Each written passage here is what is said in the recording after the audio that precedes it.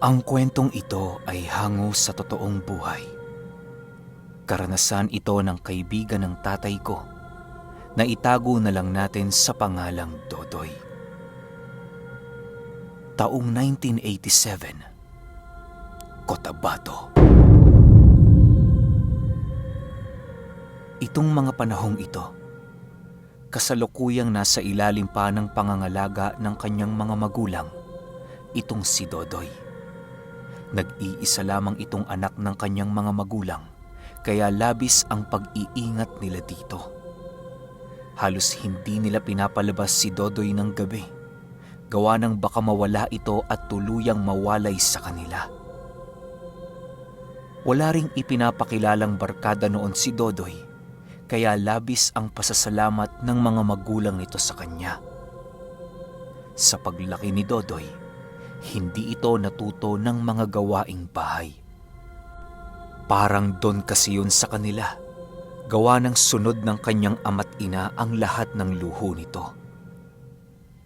Di namalayan ng mga magulang ni Dodoy na ang ipinapakita nilang pagmamahal dito ang siyang magiging sanhi ng pagbunga ng masama nitong ugali. Palasagot na ito sa kanyang mga magulang kapag ito ay pinapagalitan. Hindi na rin ito madidisiplina ng maayos sa kadahilanang lumalaban na talaga ito. Wala nang nagawa noon ang kanyang mga magulang kung hindi ang hayaan na lamang si Dodoy sa kanyang nais. Nagbabakasakali ang mga ito na balang araw ay matututo rin itong si Dodoy na magbalik loob sa kanyang pamilya. Isang araw, maaga pang nagpaalam itong si Dodoy sa kanyang ina na meron itong pupuntahan. "Doy, umuwi ka ng maaga ha? Alam mo naman ang itay mo, umiinit ang ulo nun kapag wala ka dito ng gabi." Paalala ng ina ni Dodoy. "Nay naman oh, huwag niyo na akong alalahanin. Laki-laki ko na eh. Parang ginagawa niyo naman akong bata niyan eh." Padabog na wika ng binata. Matapos yan, agaran din itong umalis sa kanila nang hindi nagpapaalam kung saan ito pupunta.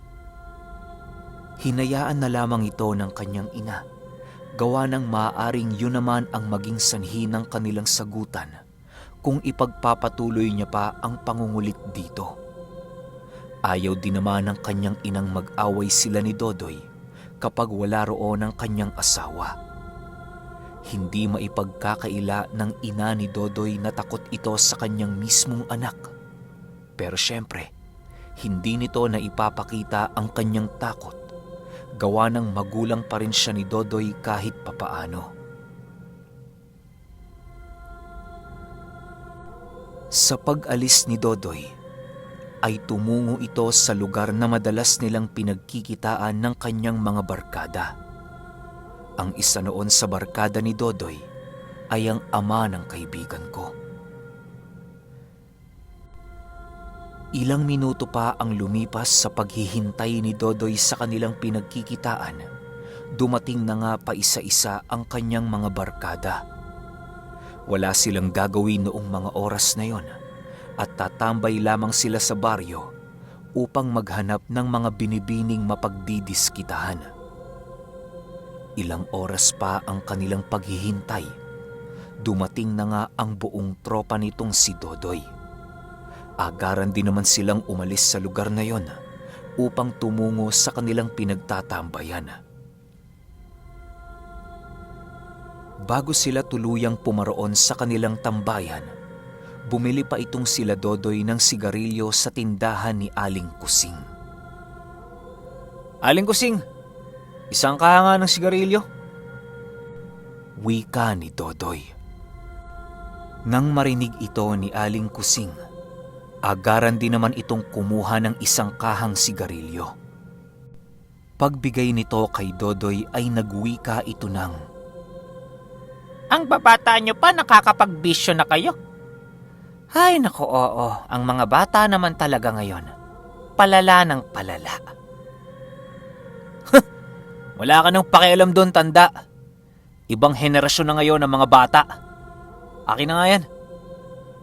Sagot naman ni Dodoy. Hindi na ito pinatulan ni Aling Kusing sa kadahilan ng napakahilig mang insulto ni Dodoy ng mga taong nakakatanda sa kanya. Pagdating nila ng kanilang pupuntahan, agaran din naman silang naghanap ng pwesto upang kanilang tambayan. Ang pinagtatambayan noon nila Dodoy ay isang maliit na pook pasyalan sa kanilang lugar. Daanan yon ng mga taong nag-eehersisyo sa pagsapit ng hapon. Doon din silang madalas tumambay sa kadahilan ng maraming dilag ang dumaraan sa lugar. Ilang minutong pagtatambay noon nila Dodoy, dumaan na nga ang isang babae. Pinagsisipulan nila ito at tinitingnan ng napakalaswang tingin. Hindi naman sila pinapatulan ng mga napapadaan sa lugar sa kadahilan ng alam nilang mga basagulero ang grupong yon. Sa pagtungtong ng 5:00, napagpasyahan nila Dodoy na mag-inuman. Bali doon sila mag-iinuman sa bahay ng isa niyang kaibigan, gawa ng malapad ang kanilang mapagpupwestuhan sa lugar na yon. Magdamagan ang inuman nila Dodoy, gawa ng marami silang nabiling alak noong mismong gabi. Sa pagsapit ng umaga, tanghali na umuwi itong si Dodoy. Sakto naman noon na walang pasok ang kanyang ama, kaya ang nangyari ay pinagsasapak siya nito. Tang! Kadodoy! Alam mo bang walang tulog kami ng ina mo kakahanap sa'yo? Ilang beses ka na naming sinabihang magpaalam bago ka umalis ng bahay. Di ka nakikinig dahil ang tigas-tigas na niyang bungo mo. Gusto mo bang basagin ko yung bungo mo nang lumabas ang masamang dugo dyan? Galit na wika ng kanyang ama habang siya ay pinagsasasapak nito. Hindi tumigil noon ang ama ni Dodoy hanggat hindi nasusugatan ang anak niyang napalihis na ng landas. Matapos nitong disiplinahin ng kanyang ama, tumayo lamang ito at dumura sa lupa. Sa pagpasok ni Dodoy sa kanilang tahanan, patuloy pa rin siyang pinagsisisigawan ng kanyang ama na siyang labis niyang ikinagalit. Pa! Huwag mo akong sasagarin, ha? Baka hindi ko na makayanan ang pagtitimpi ko sa'yo. Hindi mo alam kung anong kaya kong gawin, kaya rumispeto ka sa akin. Wika ni Dodoy habang tumititig ng napakasama sa kanyang ama. Matapos nitong makapagwika, agaran ding pumasok ito sa kanilang tahanan. Nang akmang susugurin ulit ito ng kanyang ama, pinigilan ito ng kanyang inang umiiyak. Agaran naman tumigil noon ang ama ni Dodoy at pinalagpas na lamang ang mga pangyayari. Hindi na muna nila kinausap ang kanilang anak, gawa ng hinahayaan na muna nila itong mapag-isa. Sa paglipas ng araw na yon, halos hindi man lang nadala itong si Dodoy. Animoy ang ginawa noon ng kanyang ama sa kanya, ay hindi man lang nagawang panginigi ng kanyang mga balahibo. Patuloy pa rin noon si Dodoy sa kanyang bisyo sa lahat ng oras. Walang kaide-ideya noon ang mga magulang niya na ang kanilang anak ay gumagamit na ng ipinagbabawal na gamot sa kanilang baryo. Nasasangkot na din ito sa mga karahasang nangyayari sa kanila nang wala silang kaalam-alam. Napapasama na din itong si Dodoy sa nakawan, kaya nakakaya na nitong bumili ng lahat ng kanyang gusto nang hindi dumidepende sa kanyang mga magulang. Sa paglipas ng araw, linggo at buwan, halos hindi na talaga si Dodoy mapigilan ng kanyang mga magulang. Animoy isa na itong batas sa kanilang tahanan, gawa ng hindi na ito kayang tibagin ng kanyang ama't ina. Paminsan-minsan kapag napapagalitan itong si Dodoy ng kanyang ama, lumalaban na ito ng pisikalan. Halos sakit na talaga sa ulo ng mag-asawa itong si Dodoy dahil sa malademonyong pag-uugali nito. Parang wala na itong natitirang awa at pagmamahal sa kanyang pamilya na siyang labis na ikinalungkot ng kanyang ama't ina na siyang nagsakripisyo upang palakihin siya ng punong-puno ng pagmamahal.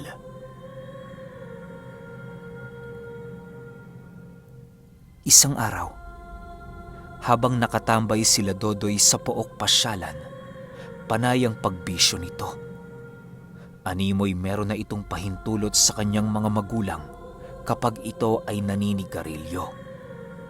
Habang abala si Dodoy sa paghit-hit ng kanyang sigarilyo, biglang napadaan ang kanyang ama na galing sa kumpare nito.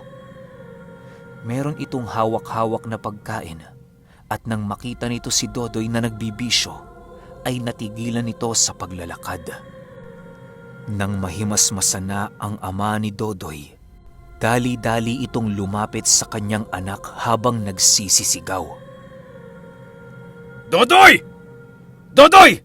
Talagang bata ka? Alam mo ba yung bisyong inaalam mo? Itigil mo yan! Galit na wika ng kanyang ama. Nang marinig ito ni Dodoy, agaran din naman siyang napalingon sa kanyang ama. Hindi nito nagawang itapon ng kanyang sigarilyo. Gawa ng huling-huli na siya sa akto. Imbis na itigil ito ni Dodoy, mas lalo pa nitong pinag-igihan ang kanyang paghit-hit ng sigarilyo. Nang makalapit na ang ama niya sa kanya, nagwika ito ng, "Oh, bakit tay? May problema ba tayo dyan?" Problema? Ikaw ang problema ko. Ikaw ang problema ng ina mo. Hindi ka namin pinalaki upang maging pahirap sa mga taong nasa paligid natin. Marami na akong nababalitaan sa'yo, Dodoy. Kung hindi mo pababaguhin yung pag-uugali mo, malilintikan ka na talaga sa akin. Pagbabanta ng kanyang ama nagigil. Kasabay ng pagwika nito ay ang pagtapik nito sa sigarilyo ni Dodoy. Pagtapik ng kanyang ama sa kanyang sigarilyo, doon na ito mas lalo pang nagalit. Agaran nitong nilapitan ng kanyang ama at inaambahan na susuntukin niya ito. Agaran din naman siyang pinigilan ng kanyang mga barkada, gawa ng kahit papaano, ama niya pa rin ng taong yon. Dahil sa paghaharang ng mga barkada ni Dodoy, hindi nito nagawang sakta ng kanyang ama. Kahit papaano, nananatiling padre de pamilya pa rin itong ama ni Dodoy at hindi ito nagpapatalo sa kanyang ama. Kahit may kabagsikan ng ama ni Dodoy noon, nananatili pa rin ang pagmamahal nito sa kanyang anak. Sa paglipas pa ng araw, merong nabalitaan ang pamilya ni Dodoy tungkol sa nangyari sa kanya. Nasangkot kasi si Dodoy noon sa nakawa ng panaderya sa kanilang lugar. Dahil sa merong saksing nakakita kay Dodoy noon, agaran din silang pinuntahan ng barangay. Kahit papaano'y ipinagtanggol pa rin ng mga magulang ni Dodoy ang kanilang anak. Kinausap nila ang saksi upang tanungin ito kung papaano niya namukaan si Dodoy. Si Dodoy naman noon, hindi sumipot sa barangay at hinayaan niya na lamang na ang kanyang mga magulang ang gumawa ng trabaho. Dahil sa naareglo ng mga magulang ni Dodoy ang kaso, kaya naging malinis na ulit ang pangalan nito sa kanilang baryo. Dahil sa pangyayaring yon, mas lalong hinigpitan nila itong si Dodoy. Madalas na talaga silang nag-aaway noon, gawa ng hindi na nila mapigilan ang mga ginagawa ng kanilang anak. Kahit pinagbabawalan nila itong tumungo sa kanyang barkada, nakakalusot pa rin ito kapag nagtatrabaho ang kanyang ama. Patuloy pa rin ang pagbibisyo nito na siyang labis na nagpabago ng tuluyan sa kanyang buhay. Kapag sumasapit noon ang uwian ng ama ni Dodoy, Sinasabayan niya ito pauwi upang hindi na siya nito mapagalitan. Ganon at ganon ang ginagawa ni Dodoy upang kahit papaano hindi na magkagulo sa kanilang bahay kapag siya ay umuuwi. Kahit papaano'y naging masaya na noon ang ina ni Dodoy, gawa ng pinipilit ng kanyang anak ang magbago. Akala ng kanyang mga magulang noon, tuloy-tuloy na, pero nagkamali sila dahil ilang linggo pa lamang ang lumipas. Muli na namang bumalik si Dodoy sa kanyang dating gawain. Nang mapansin ito ng kanyang ama, pinili siya nitong kausapin upang tanungin ito sa nais niyang gawin sa kanyang buhay. Sa pagkakataong yon, nakapagdesisyon na ang kanyang ama na palayain itong si Dodoy sa kanyang pangangalaga dahil sa hindi na sila nito ginagalang. Nais niya itong kausapin ng maayos upang makapagdesisyon ito ng bukal sa kanyang kalooban. Ang ina noon ni Dodoy, piniling huwag na lamang umimik sa desisyong gagawin ng kanyang asawa. Isang hapon, pagkauwi ng ama ni Dodoy galing trabaho, nadatnan siya nitong papaalis sa kanilang tirahan. Toy, saglit lang. May pupuntahan ka bang importante? Kung hindi naman mahalaga ang pupuntahan mo, nais ko sanang mag-usap tayo ng masinsinan. Ama sa anak, upang maging maliwanag sa iyo ang desisyon ko sa pamilyang to. Wika ng ama ni Dodoy. Bakit na naman, tay? Mamaya na yan. May lakad pa kami ng barkada ko eh. Sagot naman dito ni Dodoy. Nang akmang papaalis na ito, hinawakan ito ng kanyang ama sa balikat at muling pinakiusapan. Doy, mag-usap nga tayo. Nais kong malaman kung ano ang rason mo, kung bakit ka nagkakaganyan. Sa totoo lang anak, naaawa ko sa sitwasyon mo dahil sa hindi kita kayang tulungan. Sinisisi ko din ang sarili ko, Doy, dahil hinayaan kitang umabot sa ganyan. Kung sana noon pa, nadisiplina kita ng maayos, hindi ka sana naging basagulerong tao. Malumanay na wika ng kanyang ama. Nang marinig ito ni Dodoy, tila ba kinalabit ito ng anghel niya. Bigla itong huminga ng malalim at sumunod sa nais ng kanyang ama na walang lumalabas na salita sa kanyang bibig. Dahil sa nakuha na ng ama ni Dodoy ang kanyang loob, pinili nilang mag-usap sa loob ng kanilang tahanan. Pagpasok nila sa kanilang bahay, nakita ni Dodoy ang kanyang ina na nakangiti sa kanya. Nagluluto ito ng kanilang pagkain para sa kanilang hapunan. Agaran din namang umupo si Dodoy sa upuan upang hayaang makapagsalita ang kanyang ama. Si Dodoy noon, nananatiling nagmamasid sa paligid at naghihintay sa kung anuman ang sasabihin ng kanilang padre de pamilya.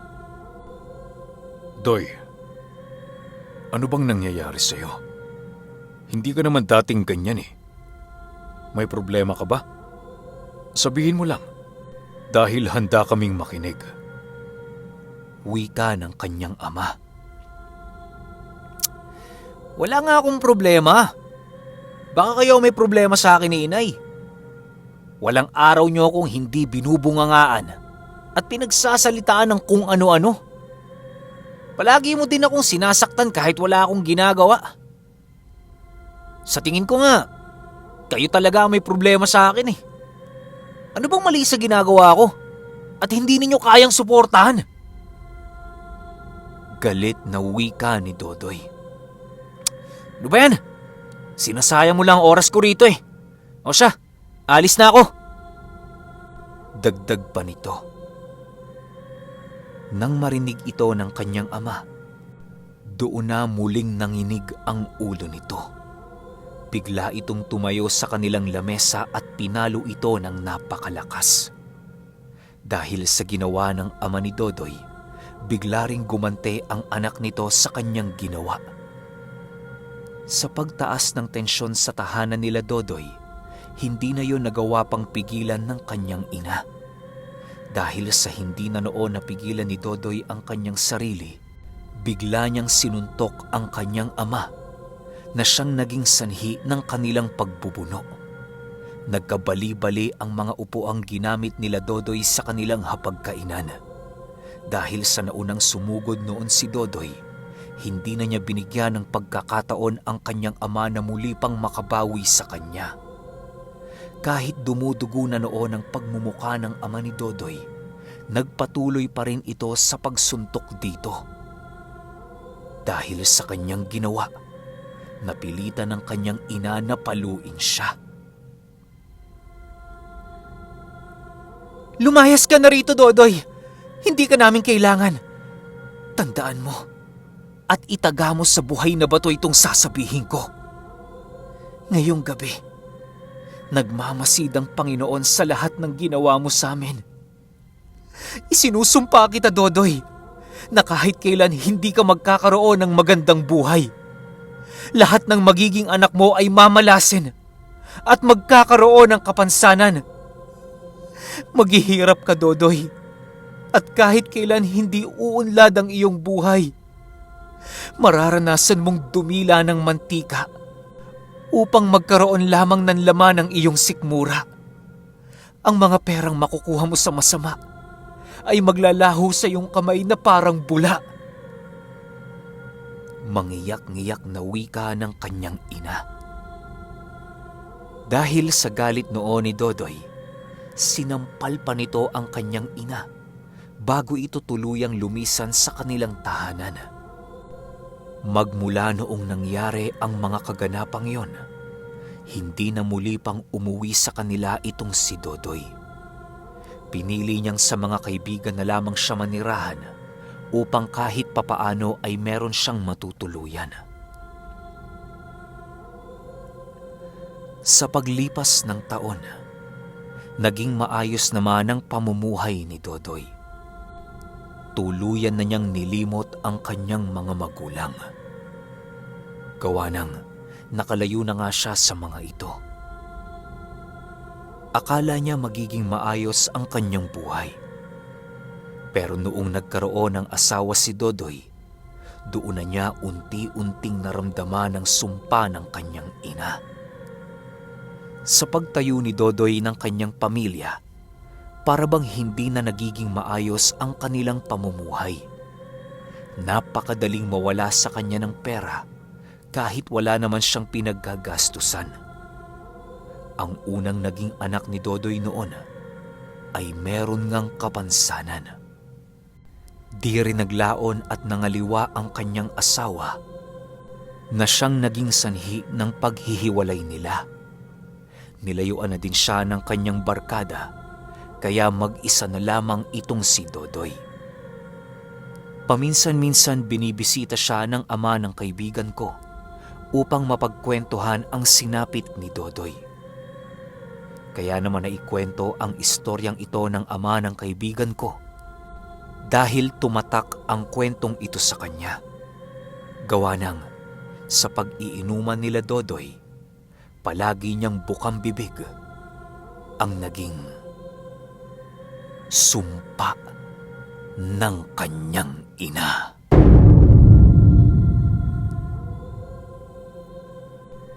Okay, Dodoy. Alam mo, di naman sa nag-a-agree ako ng 100%, no? Pero tama lang yan na nangyari sa yung ganyan. Kasi nga magulang mo yun tapos grabe mo bastusin. Alam nyo ba na ang pambabastos o yung pagbabaliwala sa magulang isang napakalaking kasalanan sa ating ama. Kaya dapat hindi nyo ginagawa yan. Well, optional lang naman kung tutulungan nyo yung mga magulang nyo. Kasi sabi nga nila, walang anak na responsibilidad ang mga magulang. Ang mga magulang ay responsibilidad ang kanilang mga anak. Di ba may ganon? Kaya kung tutulong man kayo sa magulang nyo, salamat. Kung hindi, di salamat pa rin. Nasa sa inyo yan. Pero yung ginawa nito ni Dodoy talaga medyo sablay to. Tsaka trivia lang, alam nyo ba na buhay pa rin ngayon to si Dodoy? Hindi Dodoy pangalan nito. Hindi ko na lang sasabihin pero nakakaya naman kasi kung sasabihin ko pa yung totoo niyang pangalan kasi pinatago nga eh. Pero kayo, kung anong opinion ninyo sa kwentong ito, i-comment nyo lang sa baba. Yun lang. Hanggang sa susunod na kwento. Salamat.